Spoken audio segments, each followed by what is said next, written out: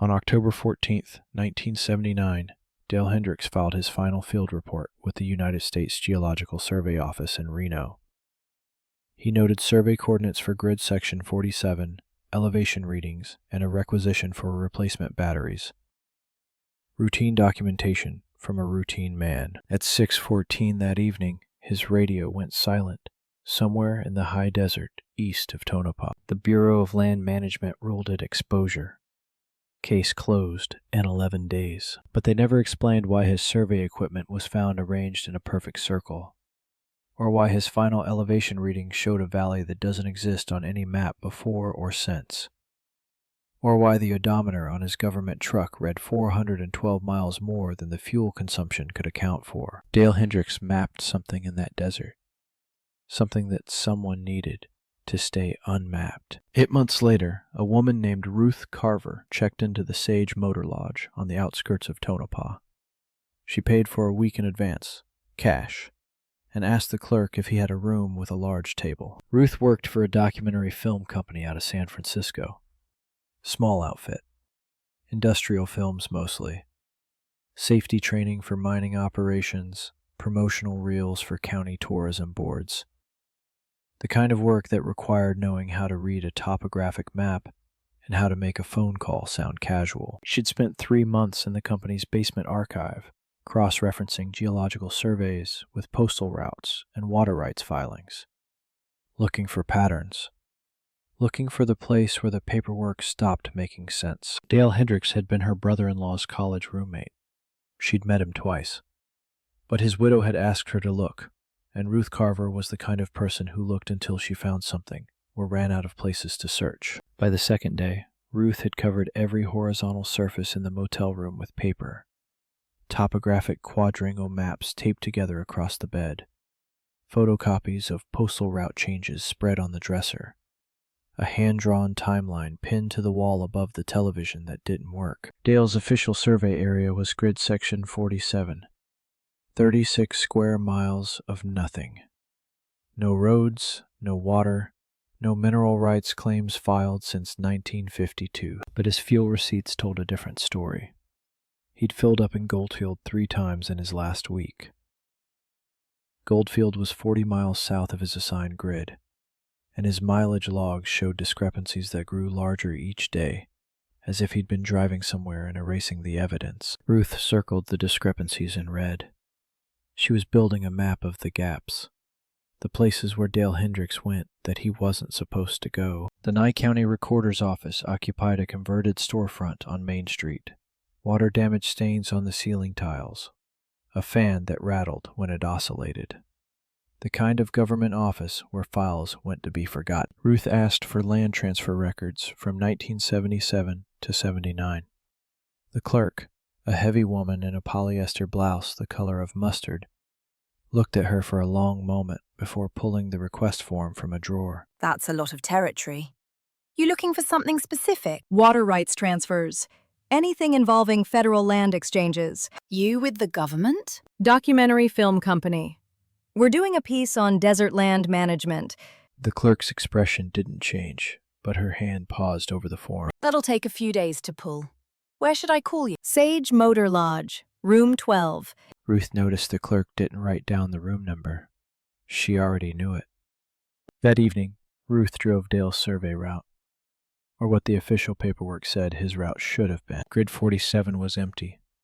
Creosote and sage and the occasional rusted claim marker from a century past. The road, such as it was, hadn't seen maintenance in years. Her station wagon kicked up dust that hung in the still air long after she passed. She stopped at the coordinates where Dale's truck had been found. Nothing remarkable. A slight depression in the terrain, maybe the remnants of a seasonal wash. She took Polaroids of the landscape in 4 directions, writing the compass bearing on each one as it developed. North showed mountains. East showed more nothing. South showed the faint line of the road she'd come in on. West showed tire tracks. Fresh ones, leading toward a ridge that Dale's final survey map had marked as impassable terrain. Ruth got back in her car and didn't follow them. Not yet. The Tonopah Public Library had one shelf of local history and a microfiche reader that jammed every third frame. Ruth spent the morning scrolling through 2 years of the Tonopah Times Bonanza, looking for anything about federal land surveys. She found 3 mentions of the USGS. 2 were routine announcements about mapping updates. The third was Dale Hendricks' obituary, 4 paragraphs long, describing him as an experienced field surveyor who died doing what he loved. But tucked between the obituary and an advertisement for ranch supplies, she found something else. A letter to the editor from November 1978, almost a year before Dale disappeared. The letter complained about survey crews trespassing on private land east of Goldfield. It demanded to know why the government was mapping terrain that had already been mapped. It was signed by someone named Vernon Pruitt. Ruth copied the letter by hand into her notebook. Then she looked up Vernon Pruitt in the phone book. There was no listing. Ruth found Vernon Pruitt's ranch the way she found most things, through the gaps in the paperwork. The property tax rolls listed a V. Pruitt as owner of 160 acres east of Goldfield, taxes paid through 1979. But the postal records showed no mail delivery to that address since March of that year, and the water rights filing showed the well permit had been transferred to something called Mineral Basin Holdings in August. She drove out anyway. The road was better maintained than it should have been for a property with no mail service. Fresh gravel in the washouts. Someone was keeping it passable. The ranch house was empty. Windows intact but dark. A barn with the doors hanging open. And a new chain-link fence around what looked like a equipment yard, padlocked, with a sign that read, "Private property, no trespassing. Mineral Basin Holdings." Ruth photographed everything. Then she noticed the survey stake near the fence. Orange plastic, the kind Dale would have used. Fresh. The Goldfield post office was a stone building that had survived the mining boom and the bust that followed. The postmaster, a thin man with liver spots on his hands, remembered Vernon Pruitt. Came in every Tuesday for his mail. Then one week he didn't. Next week either. When was that? March, I think. Early March. I held his mail for 60 days, like regulations say. Nobody claimed it. Sent it back to senders eventually. Did anyone ask about him? Family? Friends? The postmaster's eyes moved to something behind Ruth, just for a moment. Government man came by in the summer. Said Pruitt had sold his land and moved to Arizona. Asked me to update the forwarding address. Did you? Didn't have a forwarding address to update. Pruitt never filed one. Ruth thanked him and left. In her rearview mirror, she saw him pick up the telephone. Back at the motel, Ruth spread out Dale's survey notes. His widow had given her photocopies. The originals were sealed in a Bureau of Land Management archive somewhere, deemed incomplete. The notes were meticulous through October 10th. Elevation readings, soil composition observations, coordinates recorded in Dale's precise handwriting. Then on October 11th, the notes changed. The handwriting grew cramped. The observations became cryptic. Elevation inconsistent with quadrangle appeared 3 times. Road not on map appeared twice. And on October 13th, the day before his last transmission, Dale had written a single sentence and underlined it twice. Resurvey shows 1952 baseline data was fabricated. Ruth stared at the sentence. 1952. The last time anyone had filed mineral rights claims in Grid 47. The year the original survey had established that there was nothing worth claiming. What if the original survey had lied? The next morning, Ruth drove to the Bureau of Land Management field office in Tonopah. A cinder block building with an American flag hanging limp in the still air. She asked to see the 1952 survey data for Grid 47.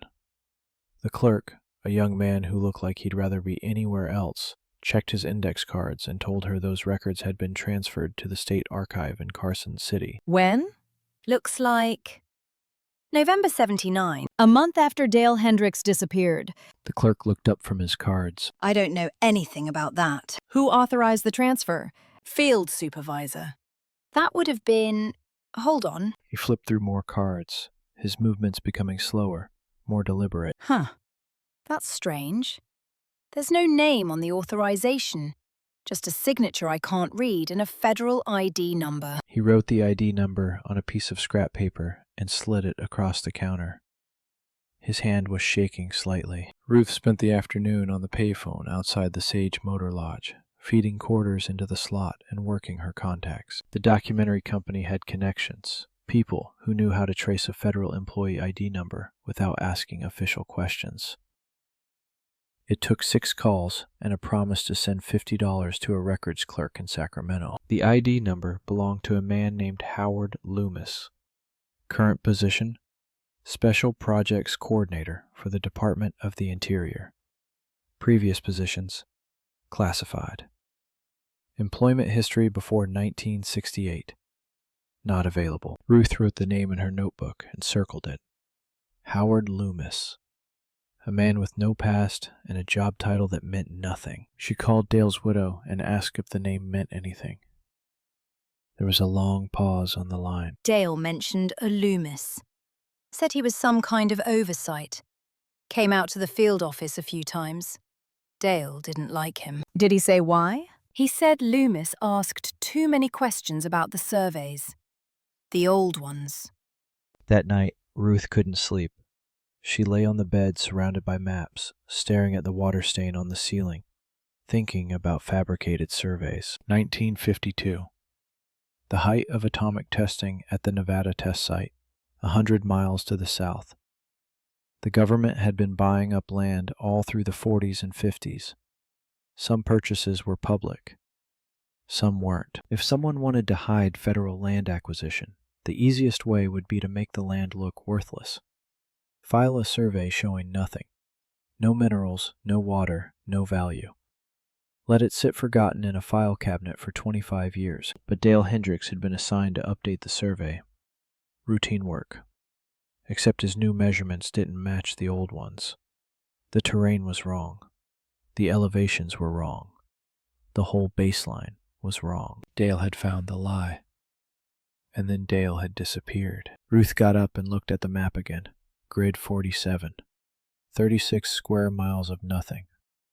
Or 36 square miles of something that someone had been hiding for a quarter century. The Nye County recorder called the next morning.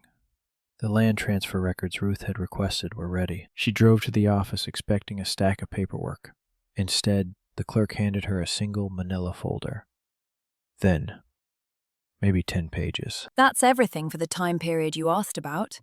Federal land exchanges in grids 40 through 50. This is all of it? That's all of it. Ruth opened the folder right there at the counter.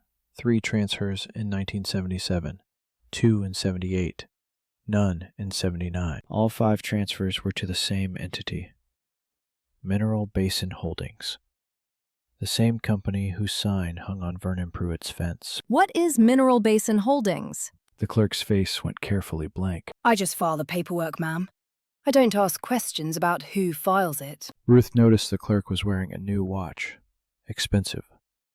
The kind of watch that didn't match the mustard polyester blouse. Ruth took the folder back to the motel and spread the transfer documents across the bed next to Dale's surveys. Each land transfer followed the same pattern. A private landowner would sell to Mineral Basin Holdings. The sale price was always below market value, and the county records showed the transactions happening on dates when the recorder's office had been closed for federal holidays. Someone had backdated the paperwork, filed it quietly when no one was looking, built a patchwork of land purchases that, when Ruth marked them on the map, formed a ring around Grid 47. Whatever was in that grid, Mineral Basin Holdings had been buying up the surrounding land to control access to it. The only holdout had been Vernon Pruitt's ranch, directly east of the grid, the ranch that was now abandoned, the ranch whose owner had stopped collecting his mail in March. Ruth drew the pattern on her map, a noose of land transfers, tightening around the empty center. Ruth needed to find someone who knew what was in Grid 47, someone who had been there before Dale, someone who might still be alive. She drove to the USGS field office in Reno, 3 hours each way, a bureaucratic labyrinth of hallways and form numbers. But she found what she was looking for in the personnel records: the name of the surveyor who had filed the original 1952 baseline data. Harold Yates, retired in 1965. Last known address, a nursing home in Fallon. Ruth called the nursing home from a gas station payphone. Harold Yates was still alive, 91 years old. Visitors were allowed on Tuesdays and Thursdays. It was Monday. Ruth found a motel in Fallon and waited. That night, she dreamed of empty maps, blank paper where the terrain should be, and somewhere in the whiteness, a voice she almost recognized, calling coordinates that led nowhere. The nursing home smelled like disinfectant and institutional food. Harold Yates sat in a wheelchair by a window overlooking a parking lot. His hands shook with palsy, but his eyes were clear. Grid 47. Haven't heard those words in 25 years. You surveyed it in 1952. I filed a survey for it. That's not the same thing. Ruth leaned forward. What do you mean? They gave me the data, told me to write it up as if I'd collected it myself. Elevation reading, soil samples, the works. Said it was a matter of national security. Who gave you the data? Harold's shaking hands went still. His eyes moved to the door, then back to Ruth. Men in suits, government men.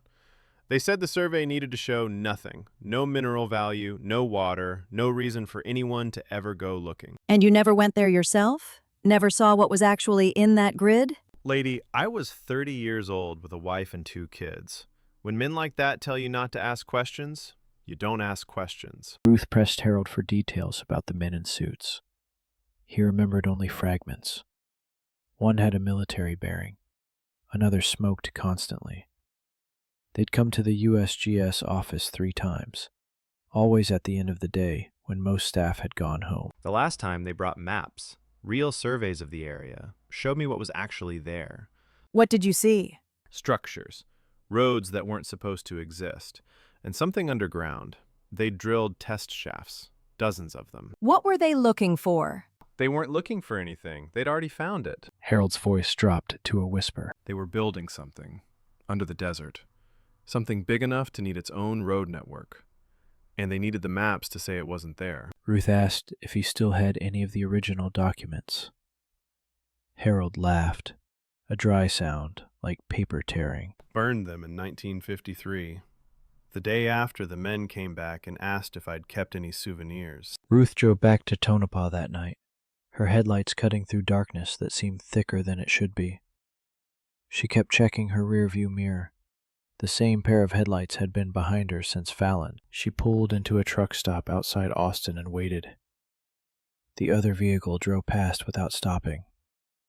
A dark sedan. Government plates. Ruth ordered coffee she didn't drink and thought about underground construction. About test shafts and hidden roads. About a surveyor who had been paid to lie in 1952 and a surveyor who had discovered the lie in 1979. The atomic testing had ended in 1963, but the government had been building other things in the Nevada desert. Bunkers, storage facilities, things that didn't officially exist. Maybe Grid 47 wasn't empty. Maybe it had never been empty.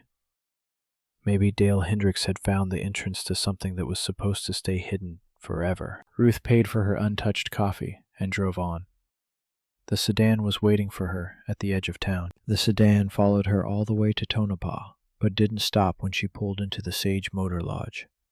It circled the block once and disappeared. Ruth sat in her parked car for 10 minutes, watching the street. When nothing moved, she went to her room. Someone had been inside. The maps were still spread across the bed, but they'd been moved. The edges weren't aligned the way she'd left them. Her notebook was in the wrong place on the dresser. Nothing was missing. Whoever had searched her room had been professional enough to put everything back. Almost everything. Ruth checked the door. The lock showed no signs of forced entry. She asked the night clerk if anyone had requested access to room 12.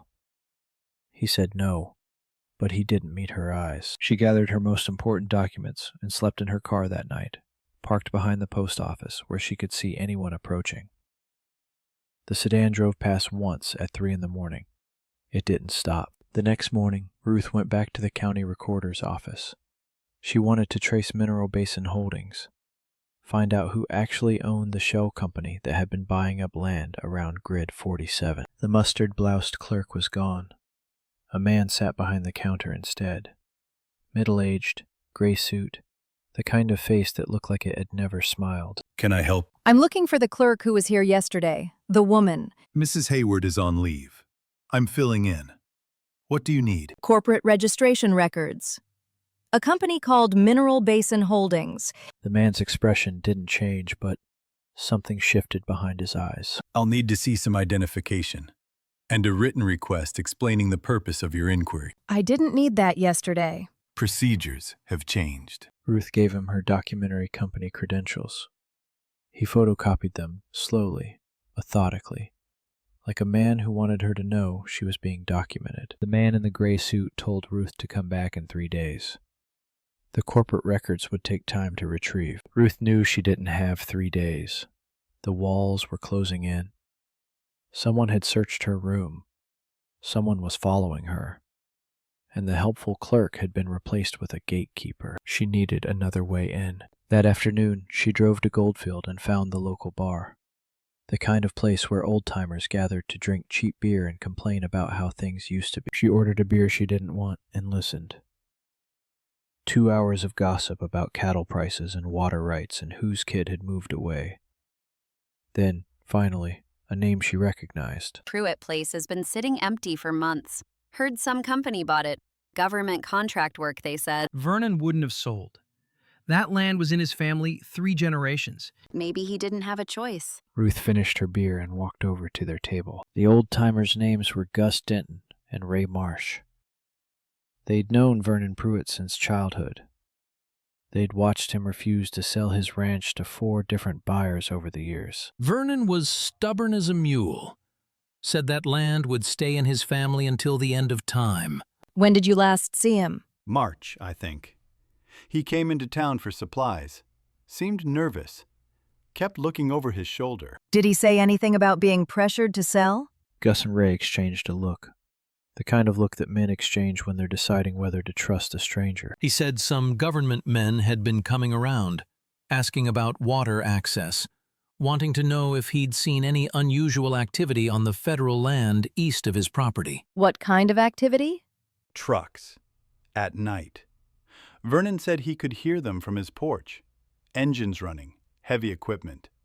But when he went to look, there was never anything there. Last thing he told me was he was going to find out what they were doing. Said he had a right to know what was happening next to his land. Ruth asked if either of them had seen Vernon since March. They both shook their heads. Ruth bought Gus and Ray another round and asked about the federal land east of Pruitt's ranch.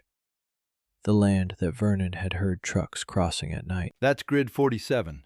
Been federal land since before the war. Used to be nothing out there but sagebrush and rattlesnakes. Used to be? Then about 10 years back, we started seeing survey crews. Government trucks with that orange equipment. USGS surveyors? Some were. Some wore different uniforms. Army, maybe?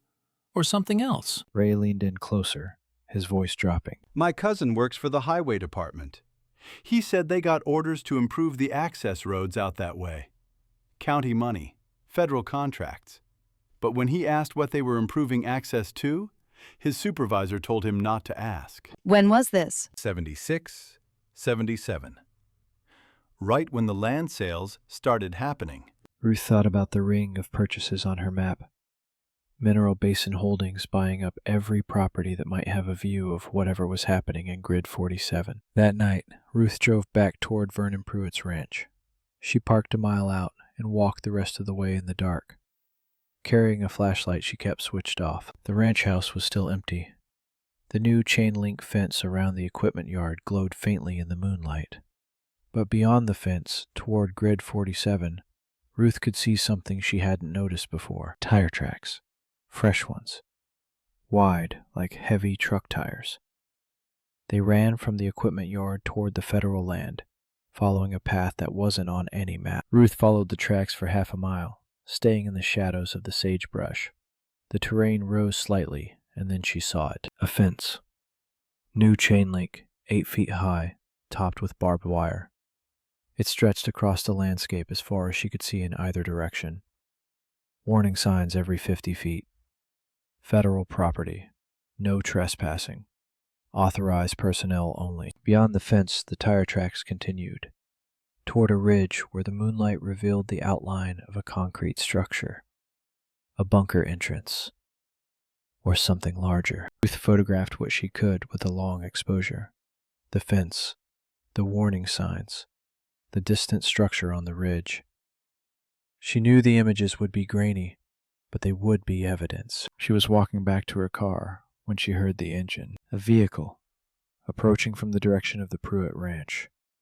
No headlights, but the moonlight caught the outline. A pickup truck, moving fast. Ruth dropped flat behind a clump of sagebrush. The truck passed within 50 yards, close enough for her to see the silhouette of the driver. A man in a cowboy hat.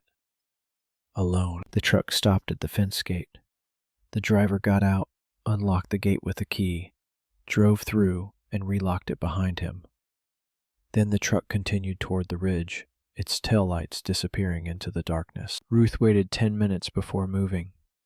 When she got back to her car, there was a note under the windshield wiper. 5 words, typed on plain paper.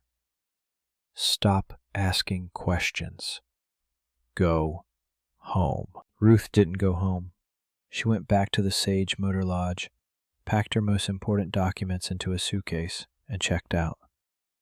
She told the clerk she was heading to California. Instead, she drove to Hawthorne and rented a different room under a different name. Paid cash, no identification. The next morning, she called her contact at the documentary company in San Francisco. She needed someone to run the license plate of the truck she'd seen at the fence. It took 2 days.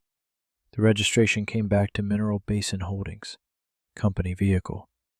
But the previous registration, from before the sale, was more interesting. The truck had belonged to Vernon Pruitt. Someone was driving Vernon's truck, using his property as an access point, and Vernon hadn't been seen since March. Ruth spread her photographs across the new motel room bed.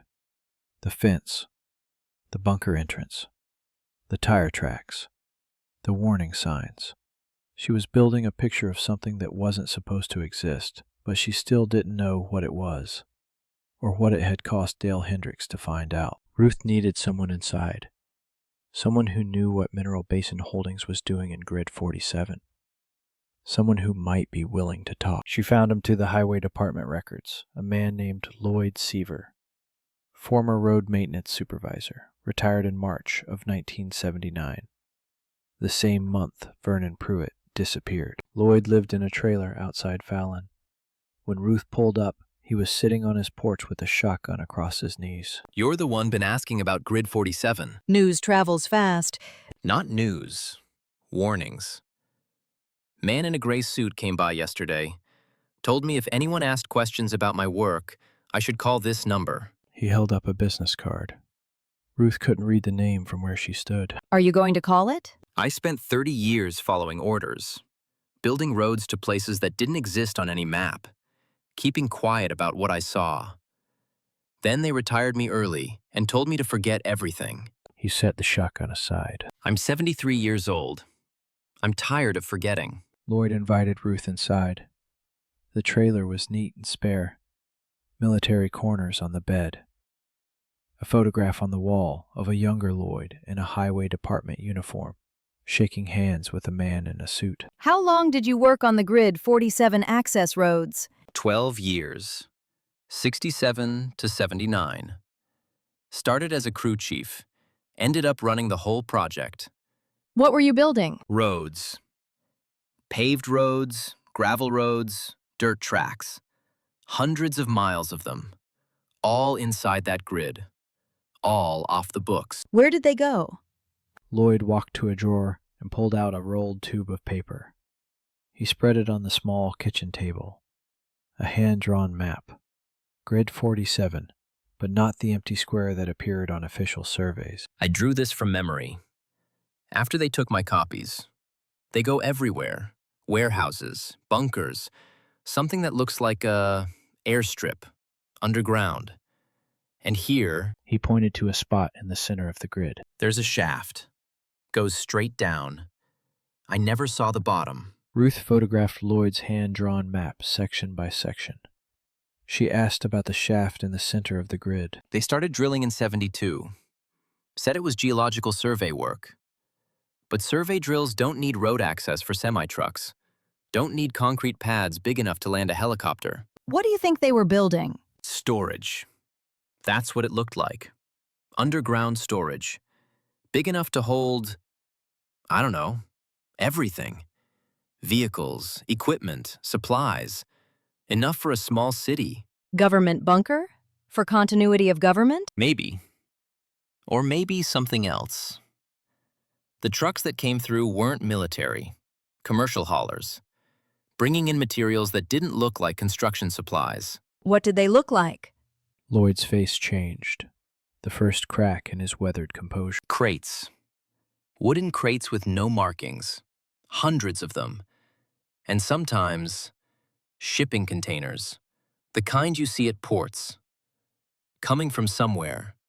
Going underground. He looked at Ruth with eyes that had seen too much. Whatever's in that grid, it isn't ours.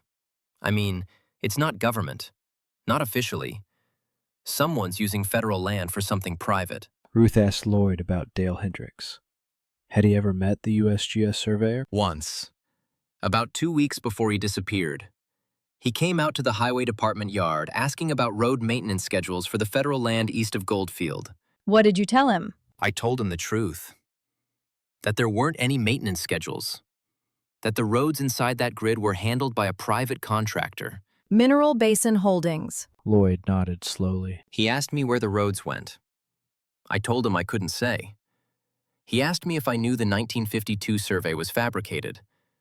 I told him I'd suspected as much for years. Then what?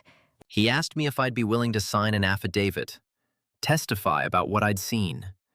I said I needed to think about it. Lloyd's voice went quiet. 2 weeks later, he was dead. 2 weeks after that, they retired me.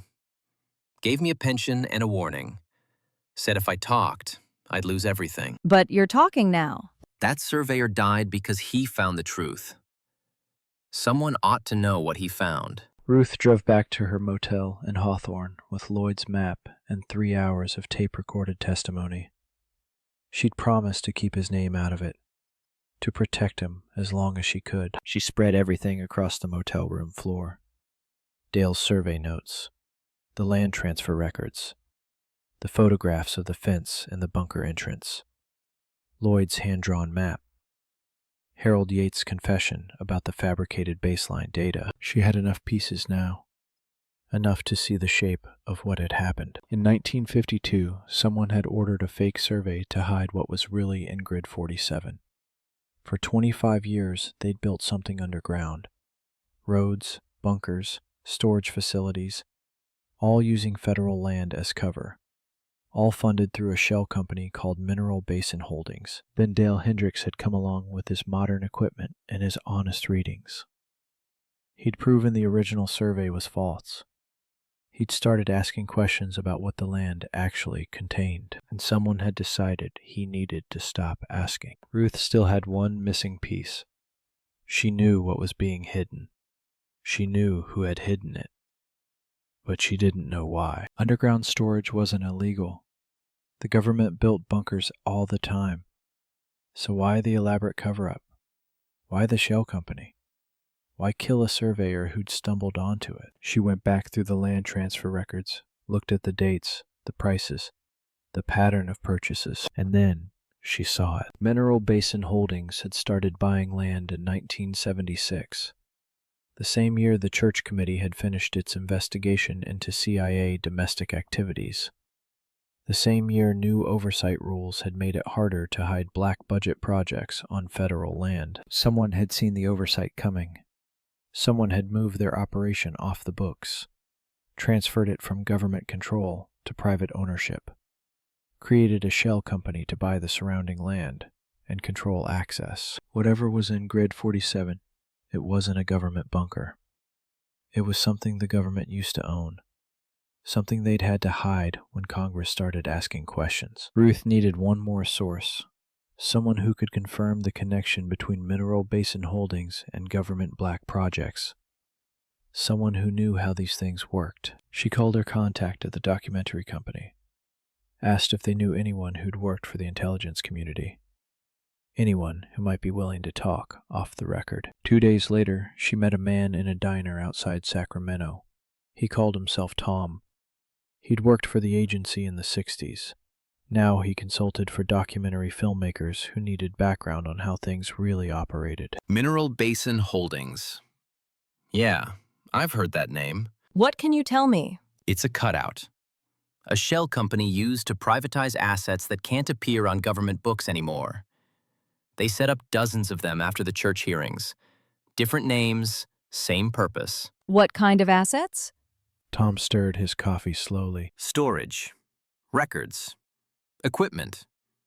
Sometimes other things. Things that happened during operations that didn't officially exist. Evidence that needed to disappear. Evidence of what? If I knew that, I wouldn't be sitting here talking to you. I'd be in that desert, buried next to whoever else found out. Tom gave Ruth one more piece of information before he left. A name. The man who had supposedly set up Mineral Basin Holdings. The man who had overseen the transfer of assets from government to private control. Howard Loomis, Special Projects Coordinator. He's the one who handled the paperwork. I've heard that name before. You would have. He's been cleaning up messes for 30 years. Started in the Army, moved to Interior. Now he's somewhere in between. The kind of man who makes problems disappear. Problems like Dale Hendricks? Tom stood up and put on his jacket. I don't know what happened to your surveyor, but I know Loomis doesn't leave loose ends. If Hendricks found something he shouldn't have, and if Loomis was involved, then Hendricks isn't missing. He's gone. Tom left a 20 on the table. Word of advice: stop looking. Whatever's in that desert isn't worth dying for. It wasn't worth dying for in 52. It wasn't worth dying for in 79. And it won't be worth dying for now. Ruth watched him walk out. Then she ordered another coffee and started planning how to find Howard Loomis. Finding Howard Loomis took another week. He wasn't in any public directory. His employment records were classified. But Ruth had learned that even ghosts leave paper trails. She found him through a real estate transaction. A house in Reno, purchased in 1977, listed under his wife's maiden name. She found his wife through voter registration rolls. She found the house through county tax records. Ruth parked across the street at 7 in the morning and waited. At 8:15, a man emerged. 60, maybe. Gray hair. The kind of bearing that said military, even in civilian clothes. He drove a dark sedan with government plates. She followed him to a nondescript office building on the outskirts of town. No sign on the door, no listing in the building directory. He went inside and didn't come out. Ruth photographed the building, the license plate, the man's face from a distance. Then she went back to her motel and wrote a letter. She addressed it to Howard Loomis, care of the building with no name. She told him everything she knew, and she told him she wanted to meet. Howard Loomis called the motel 3 days later. His voice was calm, professional, the voice of a man who had handled situations like this before. Miss Carver, you've been busy. I've been thorough. I can see that. You've talked to a lot of people, asked a lot of questions, made copies of documents that weren't meant to be copied. Are you threatening me? I'm observing facts. You wanted to meet. I'm willing to meet. But I need to know what you want. I want to know what happened to Dale Hendricks. A pause on the line. The sound of a pen tapping against a desk. Dale Hendricks died of exposure in the desert. That's the official finding. That's what the records show. The records show a lot of things that aren't true. I have documentation. I'm sure you do. Let's meet and discuss what you have. Tomorrow. 10 a.m., the coffee shop on 4th Street in Tonopah. He hung up before Ruth could respond. Ruth arrived at the coffee shop an hour early. She sat in a booth facing the door and ordered coffee she didn't drink. She'd mailed copies of everything to 3 different addresses: the documentary company, Dale's widow, and a journalist she knew in San Francisco. Insurance. Howard Loomis walked in at exactly 10. He sat across from her without ordering anything. Up close, his face showed the wear of a man who had spent decades solving problems that couldn't be solved through normal channels. You have documentation. I've seen some of it. The photographs you took at the perimeter fence, the interviews with Lloyd Seaver and Harold Yates, the land transfer records. I have more than that. I'm sure you do. The question is what you intend to do with it. That depends on what you tell me. Loomis studied her for a long moment. Then he signaled the waitress for coffee. What I'm about to tell you doesn't leave this table. If it does, you'll disappear the same way Dale Hendricks did. Not a threat, a statement of fact. Ruth didn't flinch. She'd spent months building this moment. She wasn't going to back down now. Tell me what's in Grid 47. Records, equipment, materials from operations that never officially existed. Things the government accumulated during 30 years of activities that Congress was never supposed to know about. And when the church committee started asking questions, We moved it, created mineral basin holdings to take ownership, bought up the surrounding land to control access, made sure the official surveys showed nothing worth investigating. until Dale Hendricks proved the surveys were fabricated. Loomis took a slow sip of his coffee. Hendricks was a good surveyor. Too good. His measurements proved the baseline data was false. He started asking questions. We tried to redirect him, offered him a promotion if he'd request a transfer. He refused. So you killed him. I didn't kill anyone, but there are people involved in this who don't share my preference for clean solutions. When Hendricks refused to walk away, they decided he needed to disappear. And Vernon Pruitt? Same problem. Different solution. He's not dead. He's been relocated. New name, new state. Monthly payments to keep him quiet. Ruth sat back in the booth. Everything she'd suspected, confirmed. The fabricated survey, the underground storage, the cover-up, the murder. You're telling me all this because you don't think I can prove it. I'm telling you because I want you to understand what you're dealing with. The people who built that facility have been protecting it for a quarter century. They've killed to keep it secret. They'll kill again. And you? I'm a bureaucrat. I move papers. I solve problems within certain parameters. When those parameters get exceeded, other people step in. Other people killed Dale Hendricks. Yes. And you let them. For the first time, something shifted in Loomis's face. Something that might have been regret. I was overruled. Hendricks could have been handled, paid off, transferred. Instead, they chose a permanent solution. I disagreed. I was overruled. That's not an excuse. No, it's not. But it's the truth. Take it or leave it. Ruth reached into her bag and pulled out an envelope.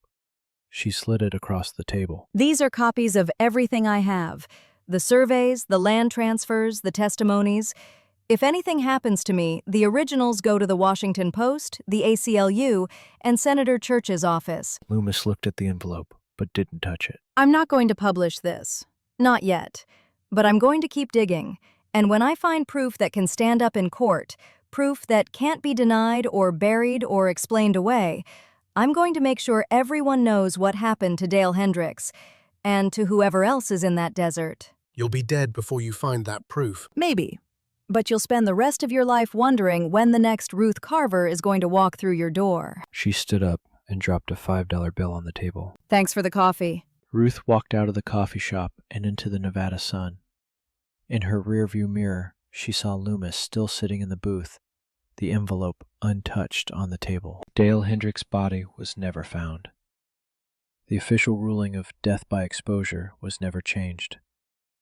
But somewhere in a federal archive, in a file that was never supposed to exist, there is a survey map that shows exactly what lies beneath Grid 47. And somewhere in the Nevada desert, That truth is still waiting to be unearthed.